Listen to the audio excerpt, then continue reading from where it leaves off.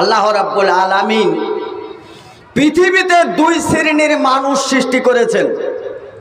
পৃথিবীতে দুই শ্রেণীর মানুষকে সৃষ্টি করেছেন, আর খুবই দুর্বল করে সৃষ্টি করেছেন। একটা যদি একটু সবল হয় তা আর একটা আরো দুর্বল। দুই শ্রেণীর মধ্যে একটা হচ্ছে পুরুষ আর একটা হচ্ছে নারী। আচ্ছা, দামি কোনটা? দুটোই তো মানুষ। একটা হচ্ছে পুরুষ আর একটা হচ্ছে নারী। কে দামি বেশি, পুরুষ না নারী? দেখেন তো, কোরআন খুলেন, কোরআন কি বলে? যতগুলো পুরুষ আছে আমরা দামি নামি দামি কোম্পানির মালিক আর জায়ের মালিক হয় না কেন, কিন্তু হাদিসের বারাত দিয়ে কি বলেছে? নারীদের পায়ের তলে পুরুষের জান্নাত, বলেছে না বলে নাই? অকুর রব্বির হামুমা কামা রাব্বানি সাগীরা, এই শব্দটাও কোরআনে এসছে। তাহলে এতে যা বোঝা গেল যে আমরা যত দামি হই না কেন, আমাদের চাইতেও দামি একজন আছে, তারা হচ্ছে নারী। কথা ঠিক না? আচ্ছা, পুরুষ বেশি দুর্বল না নারী বেশি দুর্বল? কে বেশি দুর্বল? নারী বেশি দুর্বল। আমরা তো মাঠে ট্রেক্টর চালাতে পারি, নাঙল বহাতে পারি, যুদ্ধ করতে পারি, সেনাবাহিনীতে যোগ দিতে পারি, আমরা চাকরি করতে পারি, আমরা হাল বহাতে পারি, কোদাল চালাতে পারি, তরবারি চালাতে পারি, স্টেট গান ধরতে পারি, সেনাবাহিনীতে আমরা চাকরি করতে পারি, সব কিছু।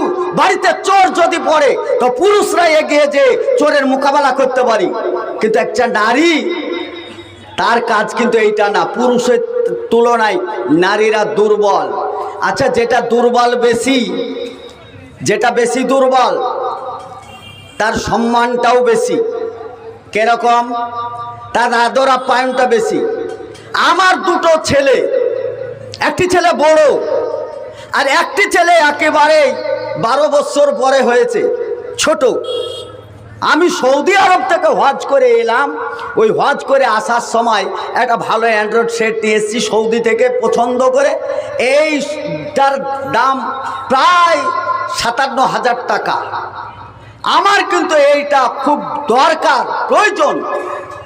খেজুর এনেছি, জমজমের পানি এনেছি, খুরমা এনেছি, তেঁতুল এনেছি, আমি আরও কিছু নিয়ে এসেছি, পোশাক আশাক সব কিছু নিয়ে এসেছি। এখন বেশিরভাগ ওই পোশাক আশাকের, খুরমা খেজুরের, তেঁতুলের চাইতেও লোভ কোনটাতে বেশি? লোভ এইটাতে বেশি না? এখন এইটাতে বেশি। বাচ্চার হাতে এখন যদি মোবাইল না দেয় তো তার পায়খানা হয় না। বাচ্চার হাতে মোবাইল না দিলে ওই বাচ্চা খায় না।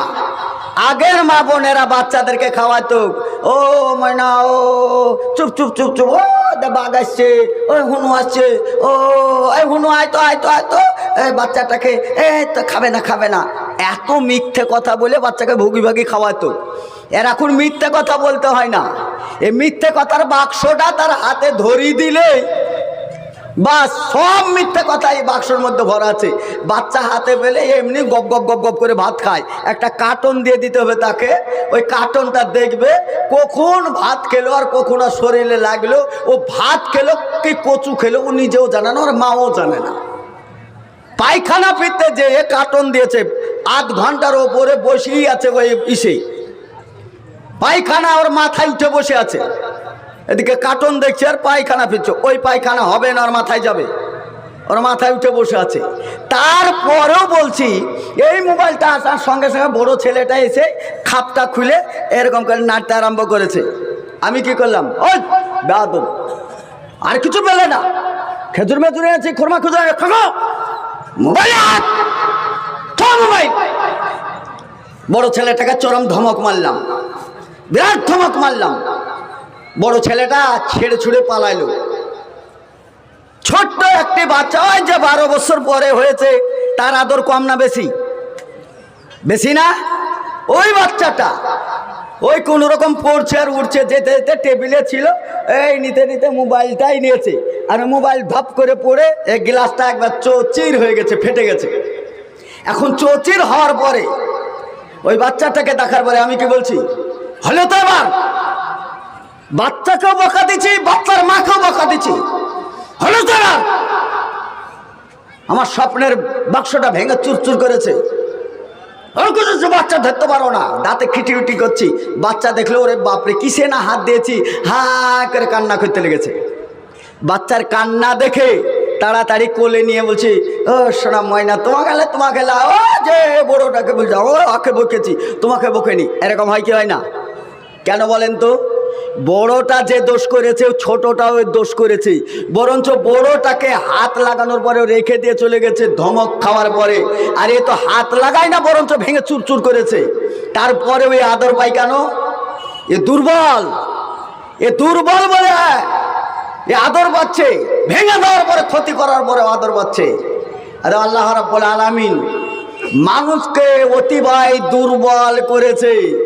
অনেক দুর্বলের মধ্যে আল্লাহ দুর্বল প্রাণীটাকে ক্ষমার দৃষ্টিতে দেখেন। আপনার স্ত্রী অনেক দুর্বল আপনার কাছে, অতএব অনেক দোষও করে। সব দোষ যদি ধরতে চান সংসার হবে না, অতএব অনেক দোষ আমরা ছেড়ে দিই। রাসূল সাল্লাল্লাহু আলাইহি ওয়াসাল্লাম বলেছেন, নারীদের 90 ভাগ দোষ ছেড়ে দিও, নাহলে সংসারে আগুন জ্বলে যাবে। অতএব 90 ভাগ সংসার দোষ ছেড়ে দিয়ে 10টা দোষ, মারাত্মক মারাত্মক দোষের জন্যে নারীদেরকে বলো যে এই দোষটা আমি পছন্দ করি না, এই দোষটা করবে না, এই দোষটা আমি পছন্দ করি না, এইটা করবে না। আমার চামড়া কালো আছে, তোমাকে এই কালো চামড়া নিয়ে সন্তুষ্ট থাকতে হবে। ভালো ভিআইপি সুন্দর চেহারা দেখে এই গুড়গুড় গুড়গুড় করে বাড়িতে আসা যাওয়া, এটা আমি পছন্দ করি না। মতলব তুমি খুব সাবধান, খুব সাবধান। ওই ছেলেটার সঙ্গে রাঙামাটির তৈরি লাল মুখে ছেলে, একদম দেখতে একবার শাহরুখ খানের মতন, আর রোজ বাড়িতে আসবে আর কানা ঘুষি করবা, এটা আমি পছন্দ করি না। আমার এই কালো চামড়া মহারানা দিয়ে বিয়ে করেছে, আমার প্রতি সন্তুষ্ট থাকতে হবে। এটা যেন আর দ্বিতীয় দিন দেখতে পাই না। কথাটা ঠিক ছিল না বেঠিক ছিল বলেন? কথা ঠিক নাই? আমার সংসারকে ঠিকঠাক রাখার জন্য আমার কথাটা ঠিক ছিল, কিন্তু আপনি দেখলেন এ তো আমার বন্ধু, ওটা আমার চাচাতো ভাই, ওটা আমার নানাতো ভাই, ওটা আমার খালাতো ভাই, ওটা আমার 14 গোষ্ঠীর 14 পুরুষ আসছে। ভাইয়ের দরকার না। আসসালামু আলাইকুম মৌলভী সাহেবরা বলে, বাড়িতে সালাম দিল, তারপরে ওয়ালাইকুম সালাম যদি আমার শব্দটা হয়, তাহলে ও কিন্তু ভদ্র সেজে বলবে, ভাই বাড়িতে আছেন? ও ঘুরতে ঘুরতে এদিকে ছিলাম, তাই চলে এলাম। ওর একটা ভদ্রতা মুখোশ। আর যখন আমার আওয়াজটা না থেকে কণ্ঠ শুনে, ভালো আছি আসুন, এই শব্দটা কিরকম? পুরুষের শব্দ আর নারীর শব্দ পার্থক্য নেই? এখন দেখলো ভাইয়া কোথায়? তা তোমার ভাই এই যে ঝাড়খণ্ডে জালসা করতে গেছে, আজ সারা রাত আসবে না। ও তাহলে তো ভালোই হইল, সারা রাত যখন আসবে না, তাহলে ভাবির সাথে ভালো করে গল্প একটু করে জমিনি। ভাবি শব্দ, ভাবি মানে কি? ভাবনা থেকে এসছে ভাষাটা। ভাবি মানে, ভাবি তোমার নাকটা নিয়ে ভাবছি কি টিয়ার মতন, এবারে নাক খাড়া গো, তোমার ঠোঁটটাকে টিয়া পাখি গো, তোমার দাঁতটা কি একবারে মতন মতন ঝিলকাছে গো, তোমার চেহারাটা কত লাবণ্য গো, তোমার বডিটা কত ফিটফাট গো, তোমার পায়ের আঙুলটা কত সুন্দর গো, লেডিস ফিঙ্গার, আঙুলগুলো সুন্দর, তুমি হাসলে পারে একবারে হৃদয় কেড়ে লাই। এর নাম ভাবি। মানে ওই মেয়েটাকে নিয়ে ভাবছে, ভাবনা থেকে ভাবি থেকে ভাবছে। এই ভাবতে ভাবতে ভাবতে অর্ধং দর্শং ধর্ষং, তার স্বপ্ন দোষ পর্যন্ত হয়, সমাজ এটাকে মেনে নিয়েছে। ও এটা সোশ্যাল মিডিয়ায় যাবে, ভাষাটা খারাপ হয়ে গেলে বলার দরকার ছিল না। এইভাবে সমাজ চলছে। এই সমাজ চেঞ্জ করতে হবে, পাল্টাতে হবে। যদি তা না হয়, রাসূল সাল্লাল্লাহু আলাইহি সাল্লাম বললেন, খবরদার খবরদার কোন দেওরকে আশ্রয় দিবে না। দেওর হচ্ছে মৃত্যুর চাইতে ভয়াবহ। মৃত্যুর কথা শুনে মানুষ ভয় করে না? দেওর দেখে ওরকম ভয় করে। মৃত্যু দেখে ভয় যেমন করে না, দেওর দেখে ওইরকম ভয় করে। রাসূল বললেন, মৃত্যুর চাইতে ভয় করো। আর আমার ভাবিরা দেওরের মাথায় বিলি দিচ্ছে, ঘামাচি মারছে। ভাই থাকছে না, ভাবিকে নিয়ে পার্কে যে বাদাম খাওয়াচ্ছে। ভাই থাকলে মনটা বেজার হয়, ভাবি থাকলে খুশি হয়। আর এ ভাবিরা মনে করছে চিরদিন এইরকমই দুনিয়ায় থাকবো। ভাবিদের চামড়া যখন জড়ো হচ্ছে, দাঁতগুলো যখন পড়েছে, ফুক ফুক ফুক ফুক করছে, তখন আর ভাবি বলছে না। যখন চামড়া টান টাইট ফিটিং, তখন দেখছে এইটাই ভাবির উপযুক্ত। ও যদি খালাও হয় তো মাঝে মাঝে ভাবি বলে মজা লিছে। শরীয়তের দৃষ্টিতে আমি এই বক্তব্য রাখতাম না। এইখানকার কমিটির লোক নারীর সমানতা বলার জন্য বেঁধে দিয়েছে। চলুন, পৃথিবীতে সবচাইতে দুর্বল করে নারীদেরকে সৃষ্টি করা হয়েছে, অথচ এই নারীদেরকে আল্লাহ রাব্বুল আলামিন সম্মান দিয়ায় নারীদের পায়ের তলে পুরুষের জান্নাত পর্যন্ত বলেছে। এখন নারীদের পাটা ঠেকানোর দরকার আছে না নাই? কোন নারীর বাচ্চা হতে গিয়ে যদি মারা যায় তাহলে ও শহীদের দরজা পাবে। কোন নারী যদি বাচ্চা হতে গিয়ে মারা যায়, বাচ্চা নারীদের হয় না পুরুষের হয়? পুরুষকে শহীদ হতে হলে ময়দানে যেতে হবে, লড়াই করতে হবে, যুদ্ধ করতে হবে। তীর সামনে দিয়েও লাগতে পারে, পিছন দিয়েও লাগতে পারে, মগজ উড়ে যেতে পারে, বডি উড়ে যেতে পারে, কলেজা উড়ে যেতে পারে, ময়দানে পড়ে থাকবে, তারপরে ওকে শহীদ হিসাবে গণ্য হবে। পুরুষ ময়দানে ইসলাম ও দ্বীনকে টিকাবার জন্য যুদ্ধরত অবস্থায় মারা গেলে এই পুরুষটা মারা গেলে পরে শহীদ হয়। আর মেয়েদের বাড়িতে বাচ্চা হতে গিয়ে যদি বাড়িতে বাচ্চা হতে গিয়ে মারা যায় তাহলে এই মেয়েটা শহীদের দরজা পায়। তাহলে এখানে মেয়েদেরকে শহীদের দরজা বলা হয়েছে, তাহলে মেয়েরা এখানেও শহীদের মর্যাদা পাচ্ছে। কিন্তু আজকালকার মেয়েদের আর এই শহীদের দরজার দরকার নাই, বরঞ্চ ব্যথা উঠেইনি, আমসের মতন কুনকুন করছে।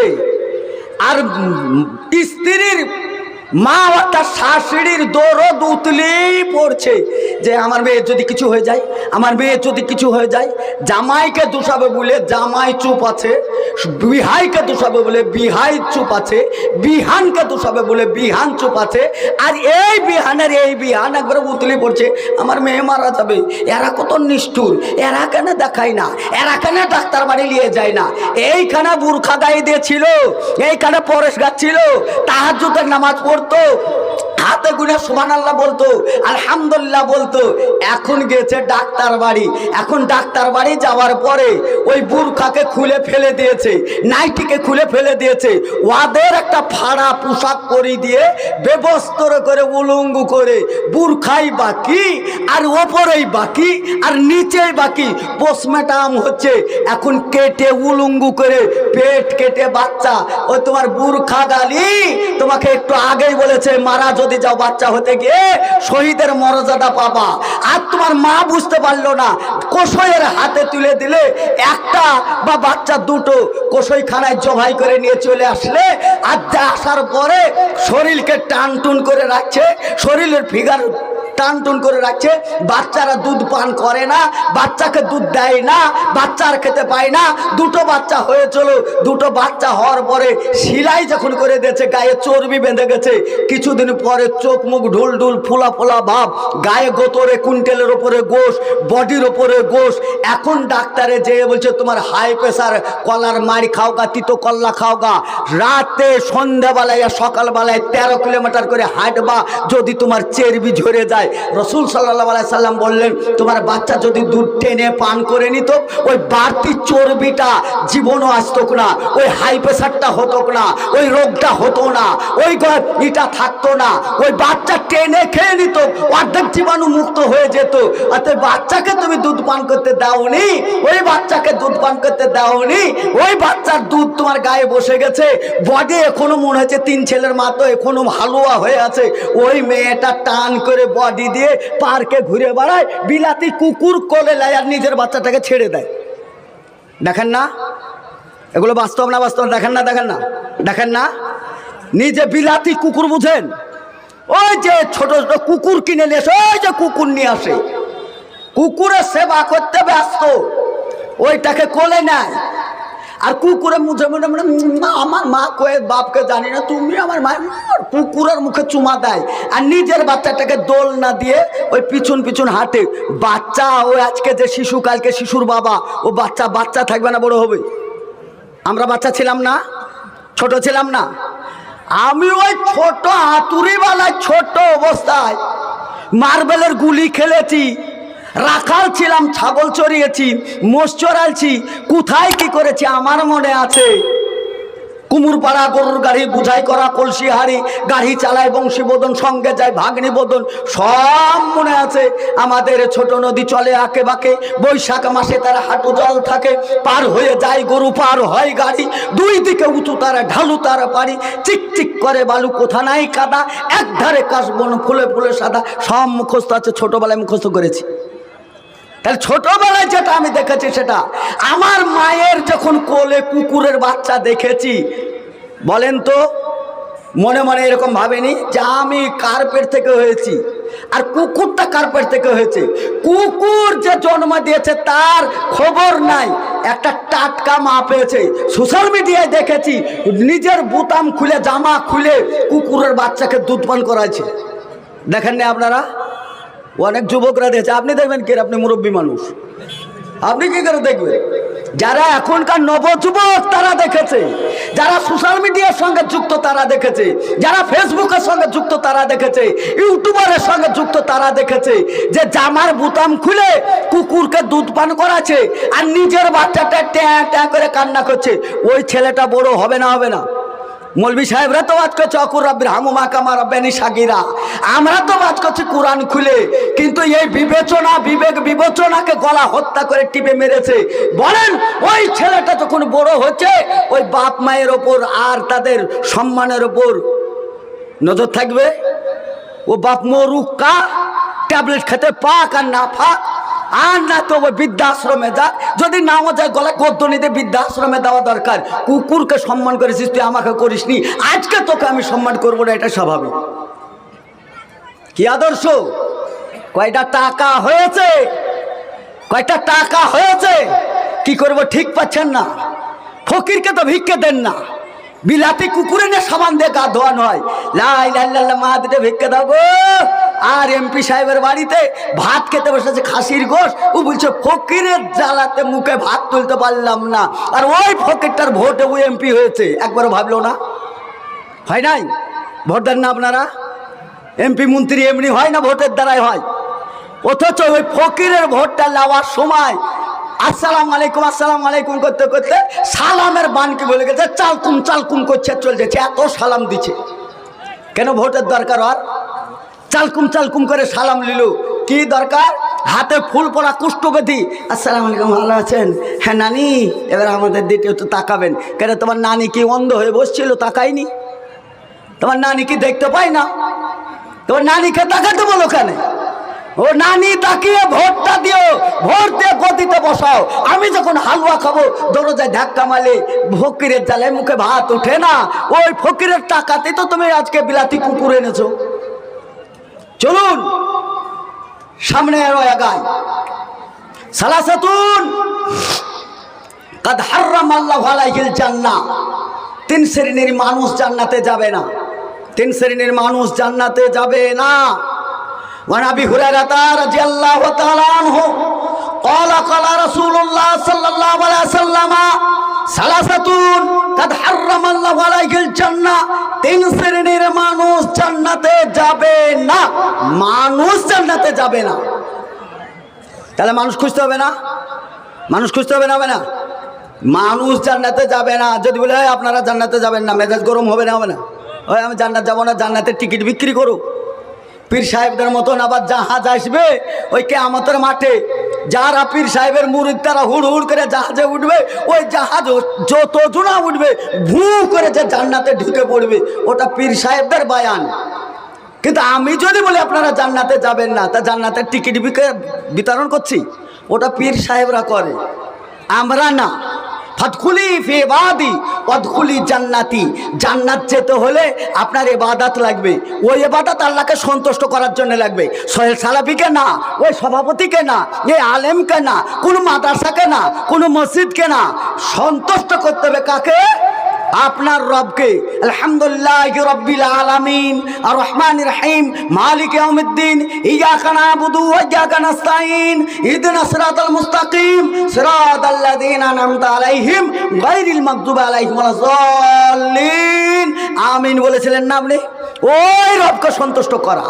রাসূল সাল্লাল্লাহু আলাইহি সাল্লাম যা বলেছেন তার বিরোধিতা করা মানে হচ্ছে আপনার বিপদ। কাল কিয়ামতের মাঠে সুপারিশের জন্য দুটো আসবে, এক আল্লাহর কিতাব পবিত্র কোরআন, আর এই আগলে আসছে সিয়াম। এই সিয়াম আপনার জন্য কল্যাণ ও সুপারিশ করবে। চলুন এবার সামনে আটটু এগায়। আর কি করবে? তাহলে এই হাদিস থেকে বলছে তিন শ্রেণীর মানুষ জান্নাতে যাবে না। তাহলে মানুষ জান্নাতে যাবে না, তাহলে কে যাবে না? মানুষের মধ্যে থেকে খুঁজতে হবে। আপনার ব্রেন দিয়ে খুঁজেও হবে না, আমার ব্রেন দিয়ে খুঁজেও হবে না।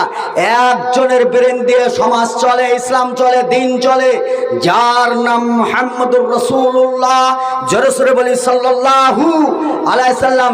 তিনি বলেছেন নেশাউন বলতে মহিলাদেরকে বোঝায়। পবিত্র কোরআন, এই কোরআনে 114টা সূরা রয়েছে। এই 114টা সূরার মধ্যে একটি স্পেশাল সূরা আছে, যে সূরাটার নাম হচ্ছে সূরা নেসা, অর্থাৎ মেয়ে মানুষের নাম দিয়ে সূরাটা অবতীর্ণ করা হয়েছে মেয়েদের সম্মানার্থে। যদি এই কোরআনের একটি হরফ পড়া হয় 10 নেকি, 2টা হরফ পড়লে 20 নেকি, 3টে হরফ পড়লে 30 নেকি। আর কিছু অঙ্ক যদি কোরআন পড়া যায়, নেকির কোনো সীমা রেখা থাকে? ইজা কুরিয়াল কোরআন ফাসতামিউ লাহু আনসিতু লাআল্লাকুম তুরহামুন। কোরআন তেলাওয়াত হয়, আল্লাহর পক্ষ থেকে রহমত বর্ষিত হয়, অগণের রহমত বর্ষিত হয়, সীমা রেখা থাকে না। অতএব আল্লাহ রাব্বুল আলামিন মেয়েদের শানে সম্মানার্থে মেয়েদের উপরে একটা কোরআনের সূরা অবতীর্ণ করেছেন। এই মেয়েদেরকে আল্লাহ রাব্বুল আলামিনের নবী, বিশ্বনবী জনাবে মুহাম্মদুর রাসূলুল্লাহ সাল্লাল্লাহু আলাইহি সাল্লাম বললেন তিন শ্রেণীর মানুষ জান্নাতে যাবে না। ওর মধ্যে এক শ্রেণীর মানুষ হচ্ছে নেশাউন, মেয়ে ছেলে জান্নাতে যাবে না। দেখেন মজা, মেয়েরা যদি জান্নাতে না যায় তা আমাদের কি অবস্থা? আমরা মেয়ে লোকের পেট থেকে হয়নি, আমরা মেয়েদের পেট থেকে হয়েছিলাম। তাহলে মেয়েটাই যদি জান্নাতে না যায় তাহলে আমাদের কি অবস্থা হবে? অথচ রাসূল সাল্লাল্লাহু আলাইহি সাল্লামের বিবিদের মধ্যে থেকে খাদিজাতুল কুবরা রাদিয়াল্লাহু তাআলা আনহা জীবনে এক ওয়াক্ত সালাত আদায় করেননি, জীবনে এক ওয়াক্ত সালাত আদায় করেননি। তিনার নসিবে সালাত আদায় হয়নি, তিনি সালাত আদায় করার সুযোগ পাননি। অথচ আল্লাহ রাব্বুল আলামিন খাদিজাতুল কুবরার উপর এত সন্তুষ্ট ছিলেন, এত সন্তুষ্ট ছিলেন যে নিজে থেকে আল্লাহ সালাম প্রদান করছেন। এ জিবরিল, আজকের স্পেশাল সালামটা হচ্ছে শুধুমাত্র খাদিজাতুল কুবরা রাদিয়াল্লাহু তাআলা আনহা, এ রাসূলের স্ত্রী, তিনাকে সালামটা প্রদান করিবে। জিবরিল আমিন আসলেন, পরিচিত মুখ, পরিচিত কণ্ঠ, পরিচিত ভাষা, পরিচিত বাক্য। যেই লোকটি রাসূল সাল্লাল্লাহু আলাইহি সাল্লামের 23 বছরের নবুয়তের জিন্দেগিতে, যে 23 বছরের নবুয়তের জিন্দেগিতে 24,000 বার যিনি এসছেন, আর তেনার সঙ্গে কথাবার্তা হয়েছে, খুব পরিচিত কণ্ঠ না? আমি তো মশাই বছরে এই কয়েক বছরের কয়েকবার এসেছি, তো সবাই আমার কণ্ঠটা বুঝেন, সবাই আমার কণ্ঠটা চিনেন। আর 24,000 বার আসছেন, তেনার কণ্ঠটা বোঝা যাবে না? ইনি এসেছেন, বলছেন আসসালামু আলাইকুম। ওয়া আলাইকুম আসসালাম এ আখি জিবরিল। ভাই জিবরিল, কোনো খবর আছে? তিনি বললেন অবশ্যই খবর হচ্ছে আজকের, যে সরাসরি আল্লাহ রাব্বুল আলামিন খাদিজাতুল কুবরার উপর সন্তুষ্ট হয়ে আল্লাহ সালাম প্রদান করেছেন। অতএব আপনার স্ত্রীকে আল্লাহ স্বয়ং সালাম দিয়েছেন। বলা যাবে না গো সুবহানাল্লাহ? যে লোকটি, যে আল্লাহ একজন মহিলাকে সরাসরি সালাম দেন, এই সালামের মধ্যে শান্তি আছে না নেই? আসসালামু আলাইকুম, এই যে আমি বললাম, এর মধ্যে আমি 10টা নেকি পেলাম, আমি একটু মনের দিক দিয়ে তৃপ্তি পেলাম। ওয়া আলাইকুম আসসালাম আপনি বললেন, মুসাফা করার সময় মনে হয় যে একবারে নিজের নিকটের নিজের ভাই মনে হয় না? অতএব আপনার মনেও শান্তি ভাই। তাহলে সালাম মানে হচ্ছে শান্তি। তাহলে আল্লাহ রাব্বুল আলামিন যেখানে খাদিজাতুল কুবরাকে সালাম দিলেন, প্রথমেই তো শান্তি বর্ষিত হলো। তাহলে এবার বলেন, যার ওপর শান্তি বা আল্লাহ সালাম দিলেন, ওই মহিলা জান্নাতি না? জান্নাতি না? ওই মহিলা জান্নাতি। তাহলে এখানে মেয়েরা জাহান্নামে বলা বা জান্নাতে যাবে না, তাহলে এটা কেটে গেল। বহু নবী রাসূল পুরুষের মধ্যে থেকে এসেছেন, কিন্তু মহিলাদের মধ্যে থেকে একটিও নবী আসেন নেই। কেন?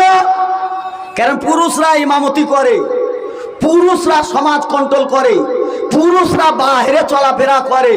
পুরুষরা সমাজ কন্ট্রোল করতে হলে সমাজের সঙ্গে মিশতে হয়, সমাজের সঙ্গে যাতায়াত করতে হয়, কথাবার্তা বলতে হয়, এক অপরের মিলন করতে হয়, এক অপরের ঝামেলা যন্ত্রণ মিলিয়ে দিতে হয়, মীমাংসা করে দিতে হয়। এর জন্যে পুরুষের প্রয়োজন। পুরুষের কাছে এসে মহিলারা মীমাংসা করতে পারবে না, মহিলারা কণ্ঠ